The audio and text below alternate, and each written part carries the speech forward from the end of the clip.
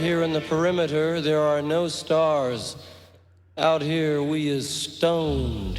Immaculate. Hello and welcome. This is the C86 show. I'm David Eastaugh. As you know, we love a special guest. This week it's going to be the turn of Tim Polecat Worman, who I spoke to very recently to find out more about life, love, poetry and all that other groovy stuff.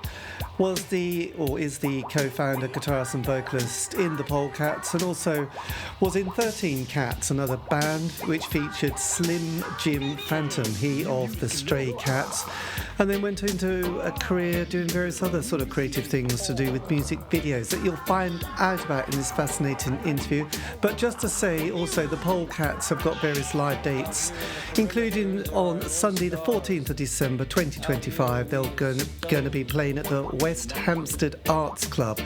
I'll put a link in the notes below so you'll be able to click on tickets and go and see them live, because it's going to be an amazing gig. And also they've got a date in Spain and various other bits and pieces, but you'll find out about that and other stuff as well. So after several minutes of interesting but casual chat, we get down to the exciting subject of the early formative years. As I just explained, that mine was the 70s glam period of Sweet Slay, T-Rex, Gary Glitter. And this was Tim's response. Tim, tell us about your early musical influences. The records I listened to were what you just listed, and with 50s rock and roll, and it was mixed in at the same time because it was pre-punk, so there wasn't any punk around. So the most exciting music came from glam and 50s rock and roll and rockabilly. Right. And there was other records like just soul records and obscure weird records and garage records, but very much the glam thing. And Sweet don't really get mentioned very much, but they were a big influence on us. And I just found out a couple of weeks ago that the person that inspired me to play guitar when I think I was 8, he was playing Wigwam Bam on the school playground, and he's now the lead singer in Sweet. God, his that's name's amazing. Paul Manzi. It was such a coincidence, and he waited to be a pop star till his late life. And he said, I messaged him. He said, "Yeah, I watched you on Top of the Pops and all that, and I thought I should do the same thing." So yeah, it's weird, but yes, all that stuff. Bowie, especially Bowie. Obviously, the Polecats cover "John and Money Dancing." Well, yes, absolutely. And Cheapster by T-Rex. So. Well, that was good. And did you have any older brothers or sisters that gave you sort of any musical influences in life? No, nothing like that. So no. The original drummer in the Polecats, Chris Hawkes, he had 2 older brothers that were a little bit older that were Teddy Boys. And they would buy records when they went out to their Teddy Boy clubs and leave them in the front room at Chris's house. And when we'd come to his house at lunchtime from school in the early 70s, we'd listen to all those records. So we heard things like jungle rock, and those kind of records became popular actually in the charts way before they came out in public. Yes, absolutely. God, that's amazing. And what was your first gig that you ever went to then? The first gig I ever went to, I think, was Chuck Berry in 1976 with the. Oh my God, he just done I Ding-a-Ling, hadn't he? Yeah, it was the My Ding-a-Ling tour, and the opening bands were the Pirates, Jolly Kid's Pirates without Jolly Kid, and the Flying Saucers, who we later toured with. And then pretty soon after we went, me and my friends all went to see Crazy Cabin and the Rhythm Rockers, and then it was about a year before punk started, and we went to all the early punk gigs, but didn't see the Pistols and a few other bands we didn't see, but most of the Damned, the Stranglers, the Clash, Susie and the Banshees, all those bands we saw. My God, were you aware of that Bromley scene then? Well, not really. We were kids, so we just sneak in to the Roundhouse in Chalk Farm because you could get in there. I look particularly young, but if you look at the early punk, there's a punk documentary made by Sven Kirsten, or he filmed it at least, and it shows the Jam playing in 1977, and it's got Phil, our bass player I'm looking at right now, the corner of my eye, is in the front row. Right. But he's a little boy, he's a kid, My God, so we were kids when punk came out. Yes, and you didn't, at that stage, because I did have, I had an older brother. He was into prog rock, actually, and I was at that age where I thought, that was very cool. So you didn't deviate from anything apart from and sort of punk at that point and sort of 50s rock and roll? Not really. I like some electronic music, but we liked Ultravox, and they were kind of left of centre because they were pioneers of the electronic scene, really. Yes. But we did not really prog rock, no. And anyone that had long hair, no.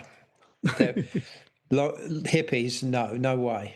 Right. So anything to do with, like, what about the Beatles and Stones and the Kinks and all those? Yeah, I like that. I like that, but I wouldn't say it was part of our heritage, really. No, I mean, obviously I listened to the music, but the subculture really was a little bit before us. So we're very much the 70s subculture. Yes. And when you got to 16, did you leave school at that age? I was early school leaver. I went straight to art school like a rock and roll person. Right, you did. I was going to go to St Martin's, but I was because I was only 16. I was too young to go. It was far away from Mill Hill where I lived, so I had to go to Barnet. But yes, I was an art student. Right. How long did you stay there? I stayed about a year, and then I went from art student to pop star, literally. I mean, I was an art student, then we got signed by a record company, and then we were on. You were doing it. Yeah, I don't use the term pop star. It's quite funny to say now, but it was because we were on top of the pops, and I had a record in the charts in Little Girls magazine. So that's the best description I can think of. Well, absolutely, you made it. And did you, at that stage, when did you meet the other members of the band? How did it all sort of form?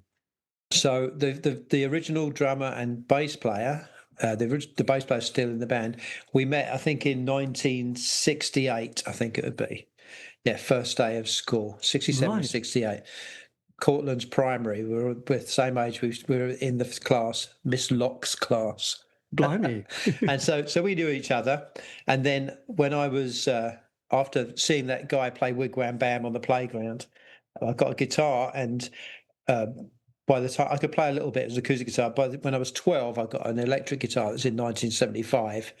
And I was in the Scouts, and another guy from the Scouts came and knocked on my door and wanted to have a go on it, and that was Boorer, who obviously is still in the Polecats. And that was the first time he touched an electric guitar, I think, was in my bedroom.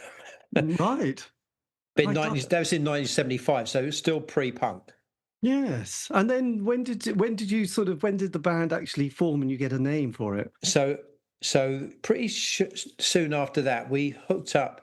We were playing under many different names, and we played with another band in someone's front room in like 1976. And Phil, the current bass player, he was in another band, and our friend Chris, who I told you about, the original drummer, he was played drum. I don't think he ever played drums before, but I think he might have played drums with him in this guy's front room. And we merged the two bands. So it was me, Phil, Chris Hawkes, and Boorer.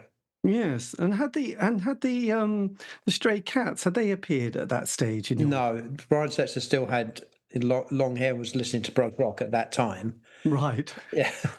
Just a fact. So they had not appeared at that time. No, they didn't appear until the 80s, really. Right. And I do know. I mean, obviously, actually, Slim Jim has played with all of the members of the Polecats except for the drummer. So we know each other's histories. They came much later. There was other bands doing rockabilly, the older bands. They were doing rock and roll, Teddy Boy music, really. But there was a band called Levi and the Rockettes. They were a kind of a rockabilly band. Yes. Had you seen them play? When we saw them play a little bit later. So when we formed, so we merged the two bands, and we were called the Cult Heroes. Yes. It was we were a mixture between punk and rockabilly, and then we got a double bass, and we changed the name to the Polecats so we could get gigs in rockabilly clubs. And this was just after 1977. But yes, we went out and saw other bands. We saw Levi and the Rockettes, and they influenced us because we were very scruffy. We wore check shirts and chucker boots and ripped jeans. We looked like North London hillbillies. Yes. But they wore suits from America, and they were very slick, and they wore makeup, and they looked really cool. Maybe weren't quite as good as us at playing, but they definitely looked better. So we took a little leaf. Didn't go and say, all right, we're going to rip off those guys, but we did take a leaf out of their book. And then one Thursday night, me and Boz went to see a band called the Cramps on a school night, and once again they weren't really rockabilly, but they were influenced by it. But they really were, they were in the punk realm. So we kind of thought, well, they can bring punk into rockabilly. So I think we're a lot influenced by them. Yes. And then, my God. So after that, a few bands using double bass sprung up. And there was another band called the Rhythm Cats, and we poached their drummer because Chris, even though he was our friend, just couldn't. He didn't know how to play. He was just our mate. He could play one beat, and that was it. And he wasn't very good. And we were actual musicians, so we poached their drummer, and then we were up and running. We were a professional band. And the Stray Cats came over. I think it was in 1980. Got signed by a major record company, and we had an indie deal. So. When they got signed by a major record company, the other record companies were looking around for their own version because they have no imagination. They thought it was going to be the next punk, and we weren't on contract with the indie record label, so we went with a major label. So we were aware of the Stray Cats, obviously, and we weren't influenced by them because we already had our things in place. Yes, because that was quite a strange story with Levi, wasn't it? Because I did an interview with Smutty Smith, the bass player, and he was saying that Lee Black Childers kind of just took a shine to them and said, "You're great, let's go to New York and be in a band and get photographed by Robert Mapplethorpe and, meet Andy Warhol." It was kind of a strange story that I just thought was out of Hollywood, really, wasn't it? Sort of. Yeah, they did the wrong thing moving to America with Rockabilly because no one cared about it then. But they moved just when it was getting massive in England. Yes, absolutely. And did you have a manager at this stage? My dad and Phil's dad used to kind of manage us, but that was only because we were underage. We had to have a parent or guardian present. I mean, I couldn't even go into the places that we were playing at. I was a kid, Yeah, and so Mercury Records. I mean, that was kind of because that was 79, 80 that you got signed. Yeah, we got signed. Yeah, exactly. I think we were signed at the end of 80, but there was a year of messing around. We had an indie record out in the 70s, so we're actually like to brag that we were a 70s band. Well, yeah, on Nervous Records. That's right, the first one on Nervous. The first one on. It's funny enough you should mention Smutty and Andy Warhol because I joined a band with Smutty and Slim Jim, and one of the first songs I wrote, or we wrote, was about Smutty knowing Andy Warhol. Called "Flesh for Andy Warhol." It's quite a good song, actually.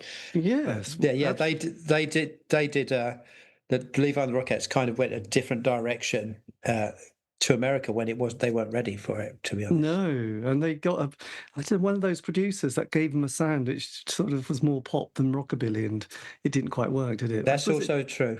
That was Tim Palmer, I think. Oh, someone. I can't remember the producer. I don't know.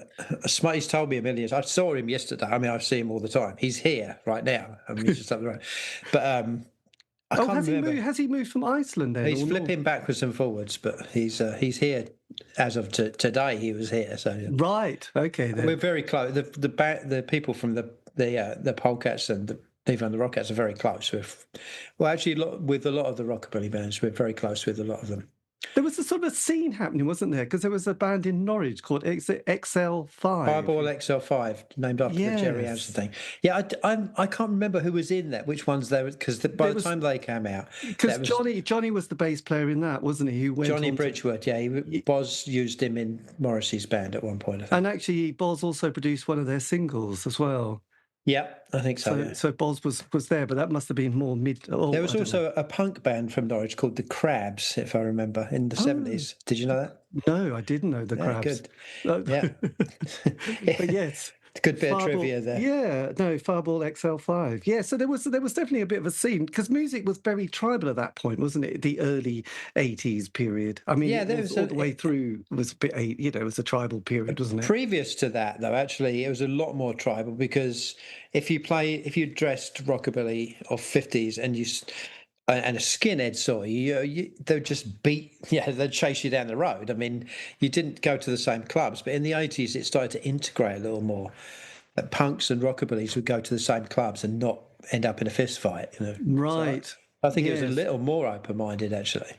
Was it quite tricky as an artistic musician, sort of wondering where to go at that point? Because there was the post-punk period, and then you had that kind of... You were in London, there was the Blitz Club and Rusty Egan and Steve Yeah, we went there. And it was trendy. Of course, we were down there in a flash. Right. And then there was Alice in Wonderland. I don't know if that was around at the time. And then there was the Bat Cave as well, wasn't there? Oh, yeah, I went there as well. Yeah, I heard there was girls with black eyeliner and stockings, so I whizzed down there as soon as I could. So she could get the address. Yeah. But Rockabilly was definitely going to be your sort of USP. Yeah, but we mixed it with other things. We weren't purists. We used that as a base, but we did a lot of bands make the mistake of finding a genre, copying the records, just copying them. We didn't do that, and it worked for and against us. Obviously, when we covered a David Bowie song, it was literally death threat time from Bowie fans, some of them, and from Teddy Boys.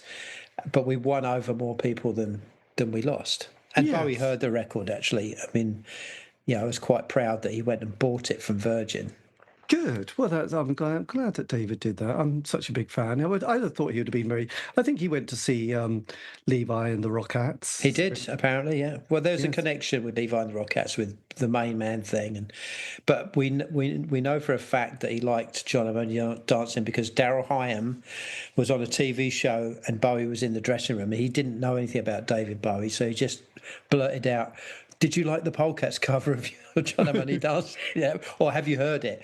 And Bowie said, "Yeah, of course I've heard it. I love it." So that that got back to me, and I was very proud of that. I thought, yes, I think my first album was Changes One Bowie, and that was on the bass, Bye Bye and Space Oddity, and sort of hearing all those songs, including John and Only Dancing, which had a very interesting bit of stereo on it. I can remember. Yeah. In those days, a bit of stereo was very, like, oh wow, it's gone from one speak to another. Something magical is happening. It's like tomorrow's world.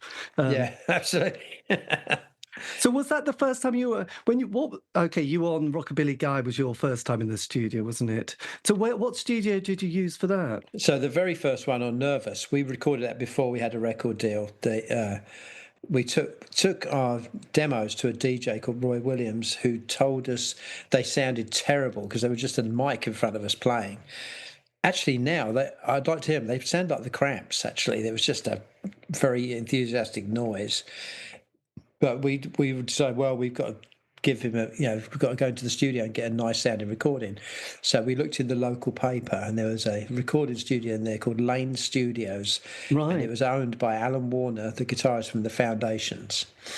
And we got I think it was 20 quid, something like that, together, and we went there and recorded at the bottom of his garden into a 4-track tape machine. And when we took it to Roy Williams, we recorded 4 songs. We took it to him to get gigs, and he said, "This is amazing. I want to release it as a record." And we went, "All right." So we released it as a record. He put together a record company just to release it. So it kind of went from there. God, that's amazing. But yes, that was recorded on a 4-track at the bottom of Alan's garden. Blimey. Do you still own that? Do you have a copy of it now? Or is that I have a copy of the record. I don't know what the master tape would probably be with Nervous Records. So. Blimey, it's a mix. And then with the single, your first single, John and Only Dancing, that was with Dave Edmunds, was it? It was. It's a very strange thing because we were on tour with Dave Edmunds' Rockpile and he got I think he was either currently doing or had just got the job to produce the Stray Cats. And when we got our record deal very shortly after, and the record companies, being very creative, said, Dave Edmunds, he's the only one that knows about Rockabilly, so he would get him to produce you.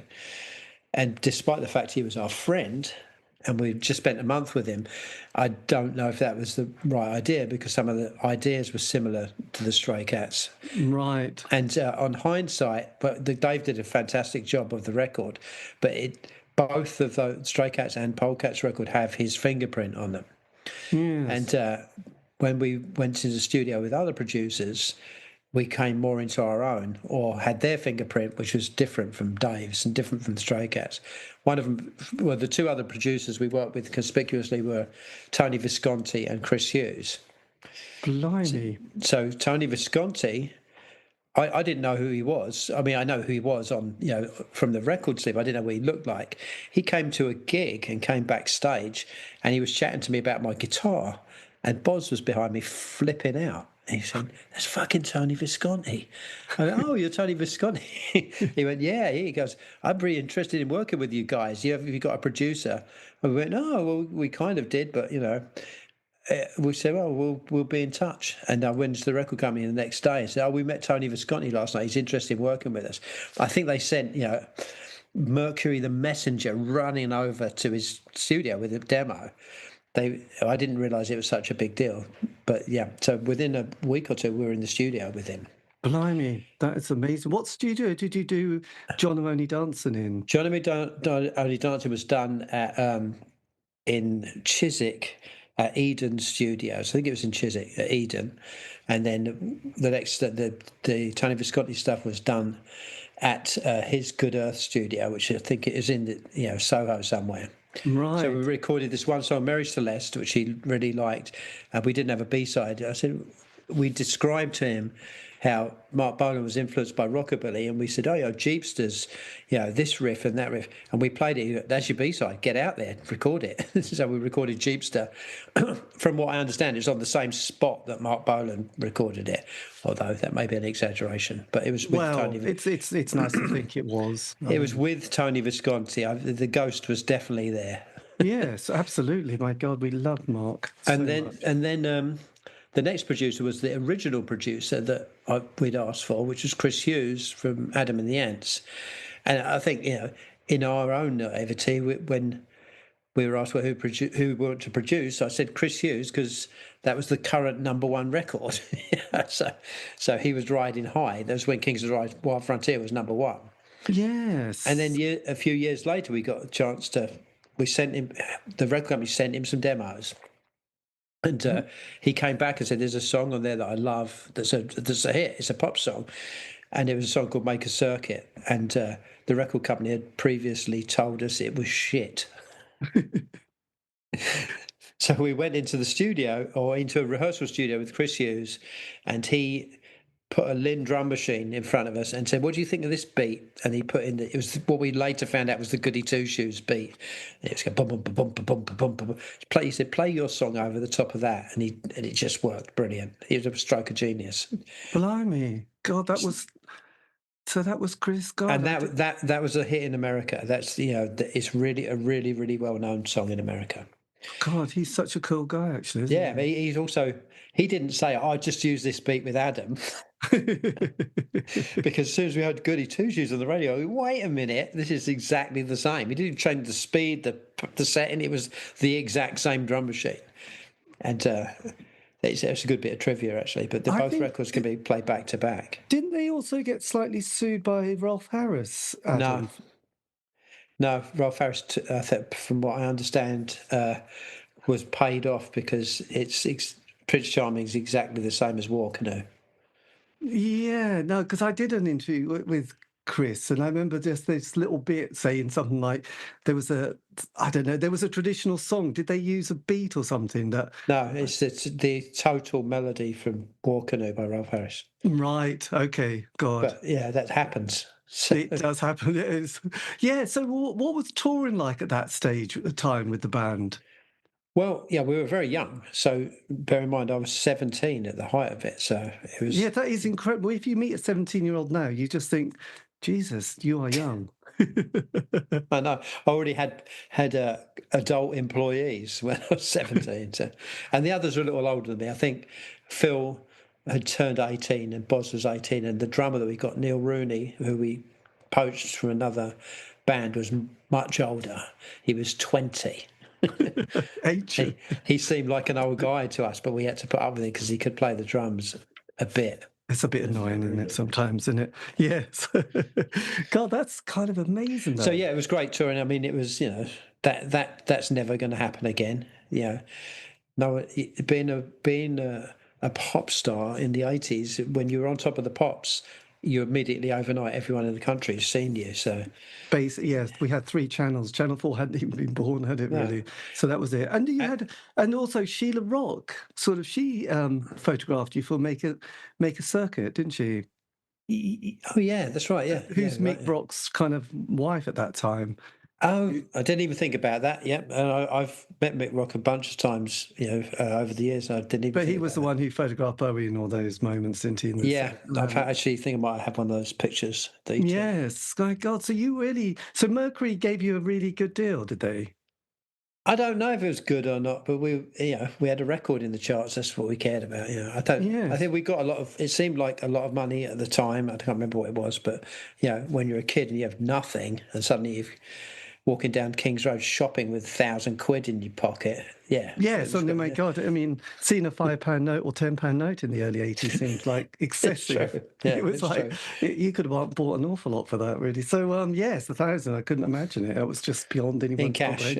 And we spent it mostly, I still lived at home. There was no way I was going to be able to move out. So I lived in hotel rooms on a coach and at home.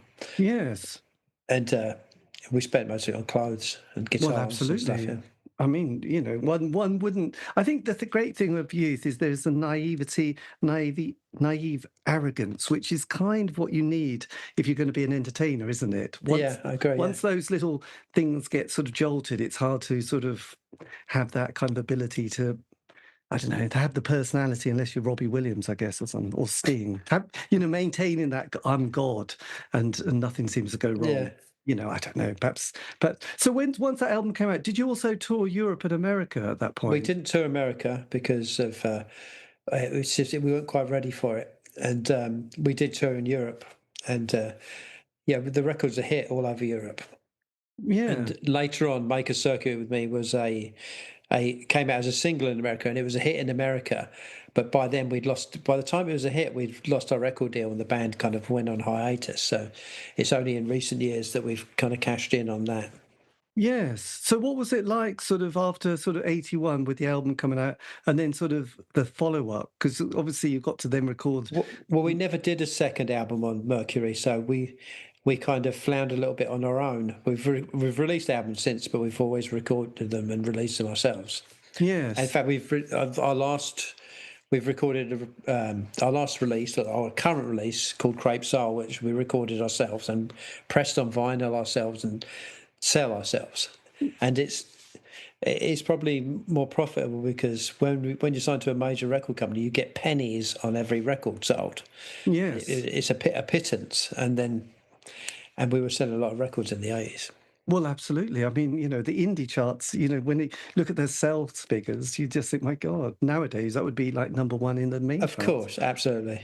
And we had 3 weekly music papers and, shows like the John Peel Show and Janice Long and Kid Jensen and Tommy Vance for rock and roll. So we managed to get, I would say the other thing, we managed to get on Radio 1 and I was on the cover of NME as well. Jesus.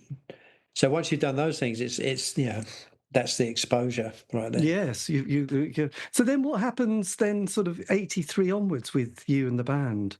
We kind of, floundered a little bit and we were still writing, but we did other side projects and eventually I moved to America. I moved to America I don't know exactly the reason I moved, but I had a chance to go there. So in the end of the 80s, after worked on many recording projects, but I went to America and I became a production designer for music videos. Right. My God. So that was the world of MTV. Yes, it was a whole nother aspect that I used a different name and did, something I'm well known for in a completely different right. Right. I actually production designed 20 of the most played music videos of all time and have worked on 200 music videos. And these weren't ones that you see now where it's just someone in the field or something. These were the big budget ones. Right. Which one? So what was how did you manage to get into that? Well, because I went to art school and I can draw. Right. When I went to America, they needed a designer. I knew people working in music videos for music, and they needed someone that could draw and had visual ideas, and I had a lot of those. So you did the storyboard?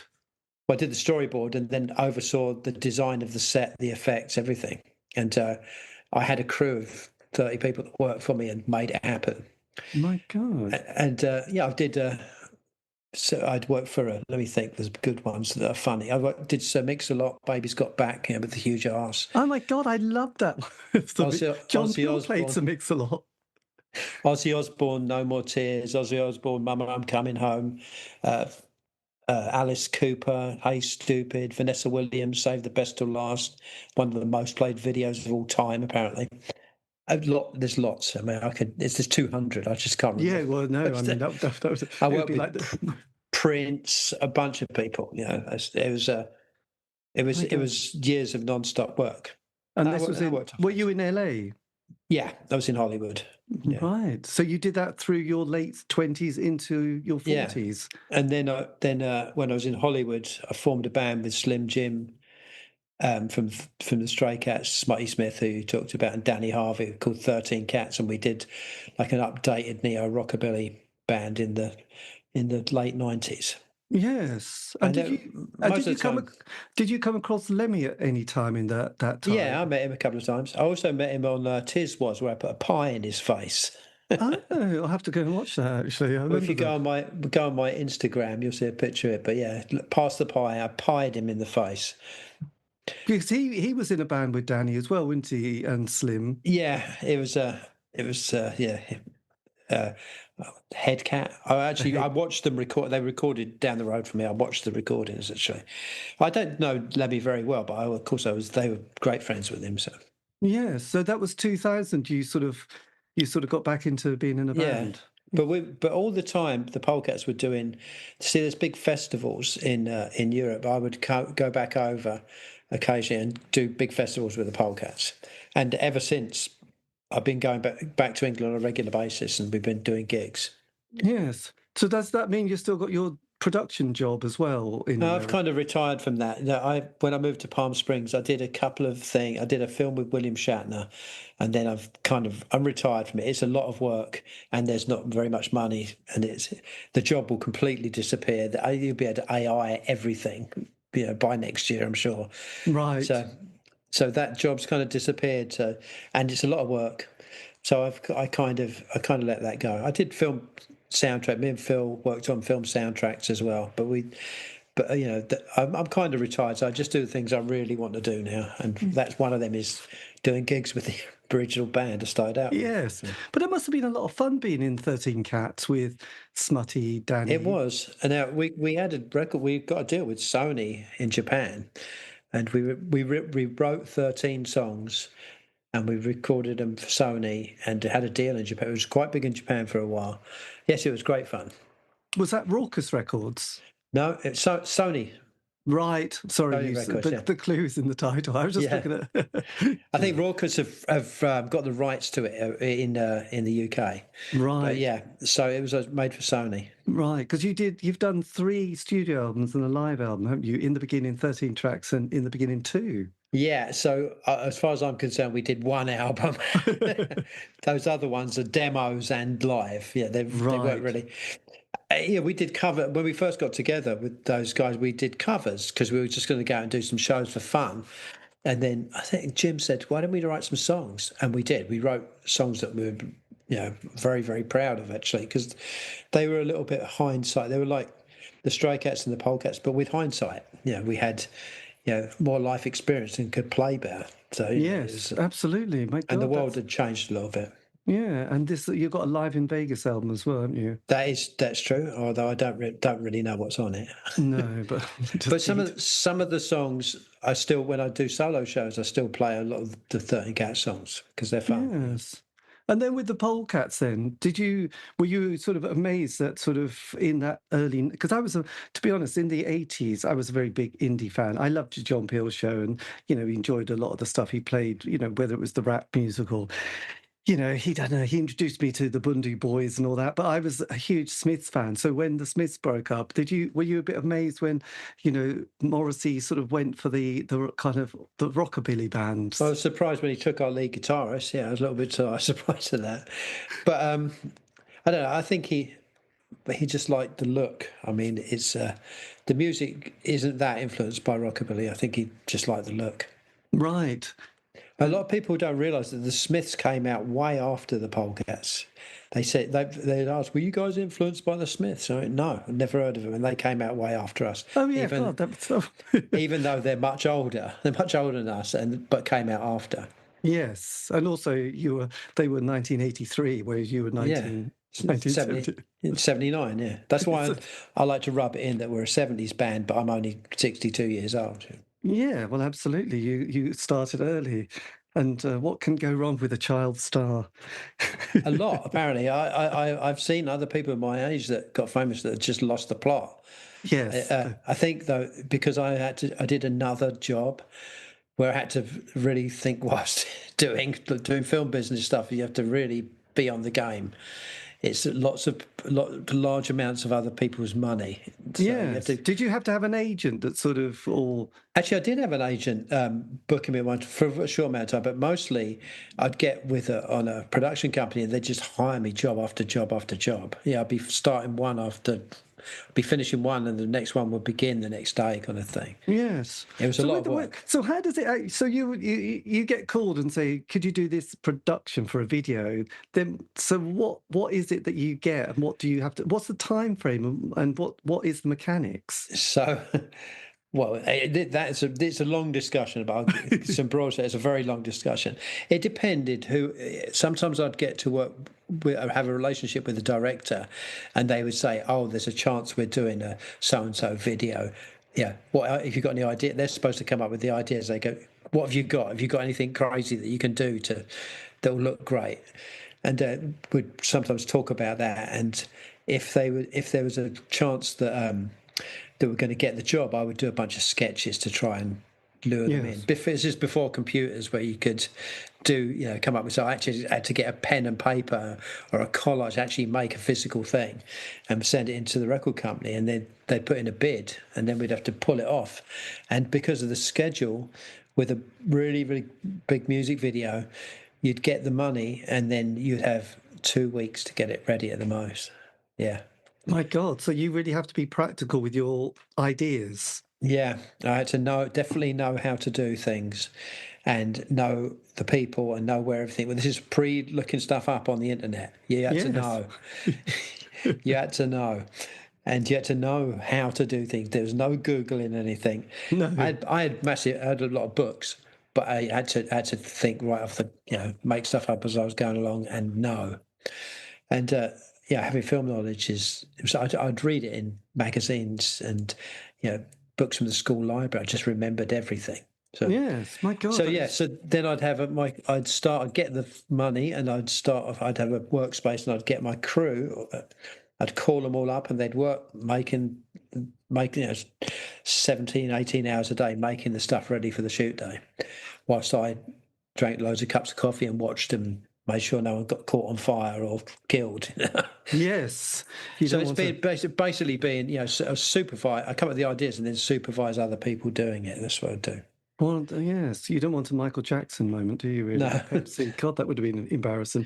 Did you have any particular ones that you were very fond of and very look back with great sort of like, God, that was brilliant? Actually, I think one of the early ones I did was for Alice Cooper, Hey Stupid, and it had a lot of elements there was a lot needed to be done in a short amount of time. It had animation, children, pyrotechnics, animals, lots of things that can potentially go wrong, especially stop frame animation because it takes a long time. Miniatures, composite shots. Yeah, it was a big call. But and were the budgets at that time, because that would have been the kind of the 90s, there was a lot of money floating around, wasn't there? There was. The money I'd spend on the art department is what the total budget for big music videos were now. I mean, I've had directors say, I can't remember what the amount were. And I said, well, what's that for? Well, I'd spend that on food for my crew. It's minuscule now. And of course, it was all shot on film, which is another factor. It was shot on film, but edited on video. Yes. Now you can shoot directly to digital. It's made it completely different. Yes. Did you ever have because I did an interview with the guitarist from the Plasmatics, and there was a great one where I think Wendy's driving a bus and it crashes and bursts into flame, but she has to jump off, and it was quite. Did you ever have any kind of scary ones where you thought that could have been nasty? Yeah. I mean, I've had to blow up televisions. I've made 1,200 pounds of walnuts rush past Dick Van Dyke at 100 miles an hour. I mean, I've had. Been to dangerous countries. There, of course, there's a lot. There's a book's worth of stuff for that. Yes. Dangerous pyrotechnics. Blowing up televisions was one thing that was quite dangerous. I did that They wanted it all the time. Did they? It was a kind of trope. It was a trope. God, did you get it down to quite a nice little kind of level of? No, I had an assassin from Vietnam shoot it with a crossbow instead of putting a charge on it. That's how I got around it. Right. Easy. Yes. It's always good to know an assassin. It's always good to have one of them on fast dial. So that was good. My God, that does sound incredible. And did you have any particular directors that you enjoyed working with? Was there anybody in particular that was easier? Well, I worked with a director called Randy St. Nicholas, and I did one job for her, and then worked for her every job for about 3 years. So and that was, it'd be Prince one day, Diana Ross the next. I mean, and it was tons and tons of them. So I liked working with Randy. Oh, but I guess I'd have to look who a lot of the directors were. I mean, I worked with a guy called Ralph Zeman a lot. I probably worked with named directors that are famous now. I mean, a lot of the photographers that the Polecats worked with are famous now. I think Anton Corbin took a picture, a very early picture of me actually, before the whole Rockabilly thing exploded, and of course he went on to be very famous. So yeah, I mean, I worked with a lot of music video directors. I even worked with Adamant, directed a video once, and I've worked with him doing it. Fantastic. We love Adam. Yes. Anyway, he's doing all right. So with the Polecat, have you sort of found then that sort of interest? One thing I've noticed, because when I started doing this show about 6 years ago, there wasn't a huge amount of interest in the 80s indie sort of scene. But then recently, and you probably noticed, everyone's writing a book, aren't they? Books coming out left, right and centre, exhibitions, films. Have you sort of found that the band has become more popular now than it's ever been? Yeah, I mean, certainly internationally. I did a tour this year where it was like a package tour where I would just go out and sing 2 or 3 songs and go off. But there was there's a guy from Flock of Seagulls, What's Left of Big Country, the Vapors, China Crisis, Icicle Works, a bunch of people, and it was a package tour, and the crowds were between, the smallest one I think was 3,000, the biggest one was 7,000 people. To watch, a package of people coming out and doing 3 or 4 songs and then off. Yes, and they weren't Rockabillies or people that are counterculture people. It looked like regular people off the street, but they knew the words and they loved the music. So I think the 80s thing is exploding, to be honest with you. I kind of feel also there's a lot of young people who are sort of quite curious and have become quite interested in it. And I don't know, last month I went down to London. I went to see that David Bowie, the archive at the V&A warehouse where you can get 5 pieces to go look at, which is quite amazing, really, because you go, God, this is Freddie Beretti's kind of jacket that he designed for David in 1973 or something, and this is what he wore on the Serious Moonlight tour. This is what he wore at Glastonbury, and this is the jumper he wore on his last ever video, which is like, Jesus. And you get the gloves and you get to touch it and you think, oh wow. And that was quite weird. But then I went to see the Blitz exhibition, and then I'm going to go and see that. I haven't seen that yet. I've been promised to go there. Yes, and it's like, God, it's only lasted 18 months and it's got this exhibition and this whole thing around it. So I just think that 80s world has become, it looks kind of glamorous, doesn't it, and beautiful. And if as if every morning we woke up in the 80s smiling and saying, what a great day, we're going to have a great day. The 70s and 80s, if you're actually there, England was still cold. Everyone was smoking. It was terrible. Everyone was smoking cigarettes the entire time. Oh, it's hideous. Yeah, I know. A modern person would go in there and go, that's it, I've had enough of this after 10 minutes. I know. Well, it was, you just famously remember sort of like stinking of smoke. And, then the next day you went to go, oh, God, these stink of smoke. I'll still put them on. And then those early punk gigs at the Roundhouse, I remember they were great gigs. I remember, seeing Susie and the Banshees and the Buzzcocks on the same bill for £1.20. Yes.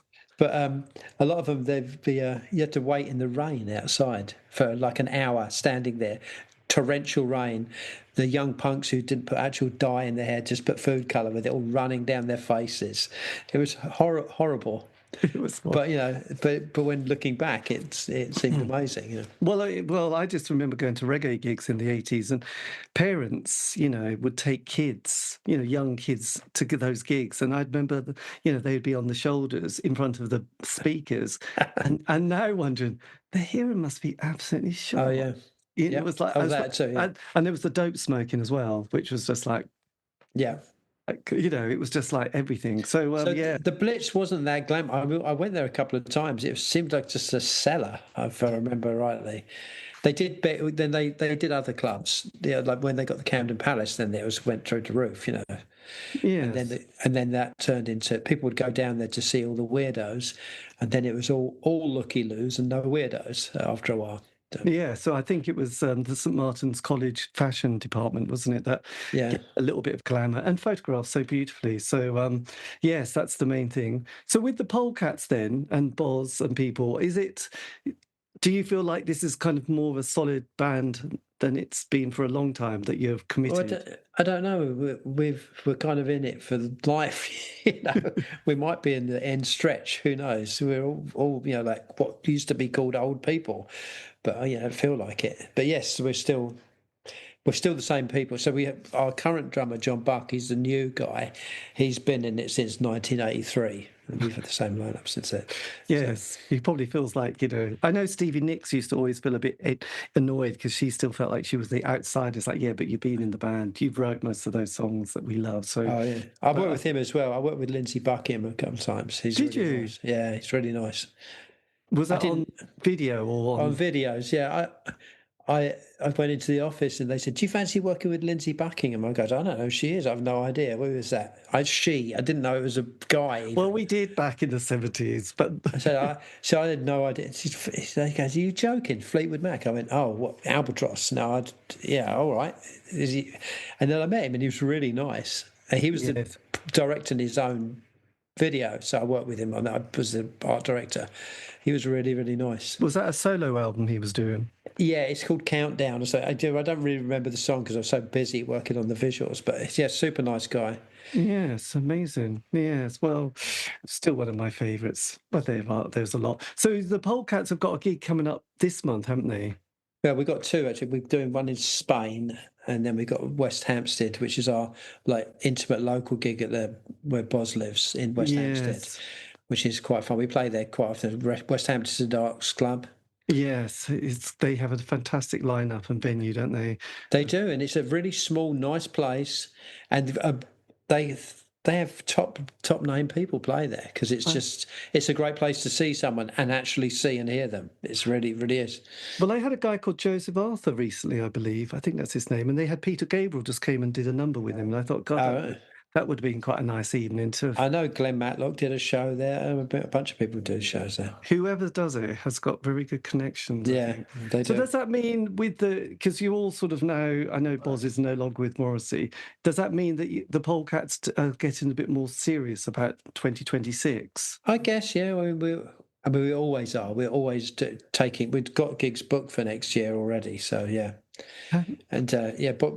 I mean, we're really at retirement age, to be honest. But we don't feel like it, so we're just going to do it till the wheels come off. Well, yes, you can't live off your fuel allowance quite yet, can you? No, I think actually at 67, it's still a few more years to go, isn't it? Really. So, yes. And have you ever played America? Has the Polecats ever played? America? So we played in the 80s. We played there a couple of times in New York, and then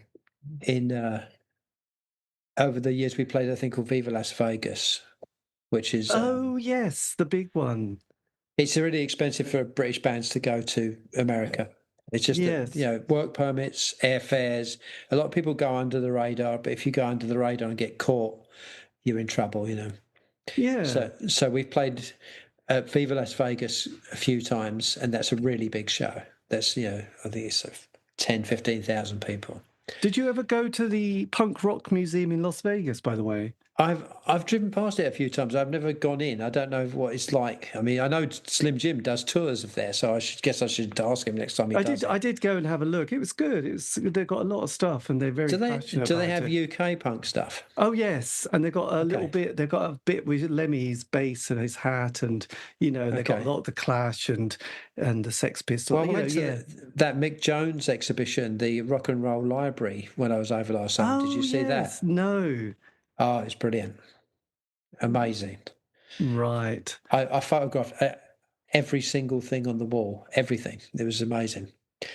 It was just a lot of like magazines. He's collected flyers, T-shirts. It was really, really cool. Really great stuff. It wasn't really punk rock or rock and roll stuff. Really, it was just like growing up in the 60s and 70s. There was a Coronation Street jigsaw puzzle I'd never seen, and just like pop culture stuff. British film magazines and fanzines, punk fanzines that I'd never even heard of. He's obviously been hoarding them for years. So.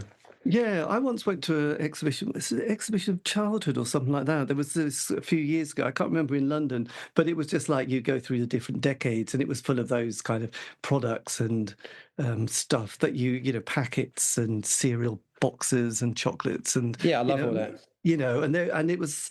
I remember there was a series of books this guy had put together, and I think it's the Museum of Childhood or something. But it was, and they had all the toys of those decades, and he put together books as well for each particular decade as well. I mean to go there. I know they have a bunch of Jerry Anderson stuff that I want to see. So. Yes, and so I would. I wish I'd gone. But no, the Vegas one is worth a little punt, and it's quite nice and everything. But God knows how long it will last, because who knows how much it will cost, actually. So, I played punk rock bowling last year. I think it was last year, and I think that was going to be the last one. They've stopped doing that now. Yes, I saw that this year. Was that a good thing to do? Yeah, it's actually. I wasn't on the actual bit. It's like one of the off-site ones. People do shows around it, and it was one of those. Yeah, it was fantastic. It was really, really good. I think they had Madness one headlining one year. Yeah, they have people that aren't strictly. I mean, they're using punk as a loose term, I think. Well, very loose. I mean, from that decade, that vibe, wasn't it? No, I saw that they were finishing it for a year, and who knows what happened. So because I did see or read a musician who toured America very recently, and they said it was an absolute nightmare getting the visas, and it cost a lot, and even to the last minute, they still didn't know it was going to happen. Is it just a bureaucratic nightmare then, touring? Yeah, I guess. I mean, it doesn't make any difference to me because I am a resident of the USA, so. So you don't have that worry at all? Don't have that worry, no. But yes, if you're not, it's tricky. Yes. And it's tricky playing in another country. I mean, the Polecats played in Russia a few years ago, and that was really tricky. Yeah, to go. I was actually glad to get rid of the passport that had all the Russian stuff, because they'd always look at it and go, "Oh my, you've been to Russia." I've also been to South Korea and a bunch of unusual places. Brazil last year. And what about Japan? Because you're obviously 11 times I've been there. And were you treated like, royalty? Yeah. Yes. The other country people seem to be big in is the Philippines. I've never been there, but that sounds interesting. But a few people who are very small indie bands here are just massive in the Philippines, and they get treated very well. But the unfortunate thing is all the records are counterfeit, so they don't make any money apart from on that kind of weekend tour or weekend concert. That does happen in a bunch of countries. In Japan a little bit as well. Right, so that was that. And what's touring like in Europe now after, the vote to get out? Has that become... I think because it's within a subculture, people don't hold you responsible for that. No, but getting a visa and working in Europe. It's fine. It's not really a big deal. It's not like America. America's the hard one. Yes, most bands are broken with that. Well, look, Tim, thank you ever so much for this. This has been amazing, and thanks for your time. I think that's all groovy. I don't want to spend a Sunday wasting your time. That's okay. It's raining outside. To be honest, it's Shepherd's Bush is not cheery outside. It's the same in Norwich. It's raining. It gets dark at 4, and it's pretty miserable. But and it has not. Has it been pedestrianised, Norwich, yet? Because I remember on the Alan Partridge show, he's wanted people's opinion of the pedestrian.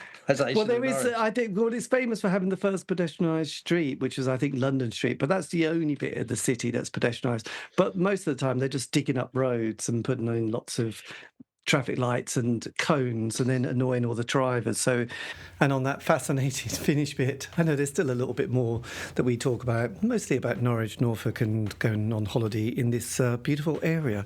I thought we'll just stop there. But anyway, Norwich, a fine city, as they used to say. A massive thank you to Tim Polecat Worman, talking about his life in music and also the creative industries. And also, as I mentioned, they will be playing live dates. I'll put a link to their social media pages in the notes.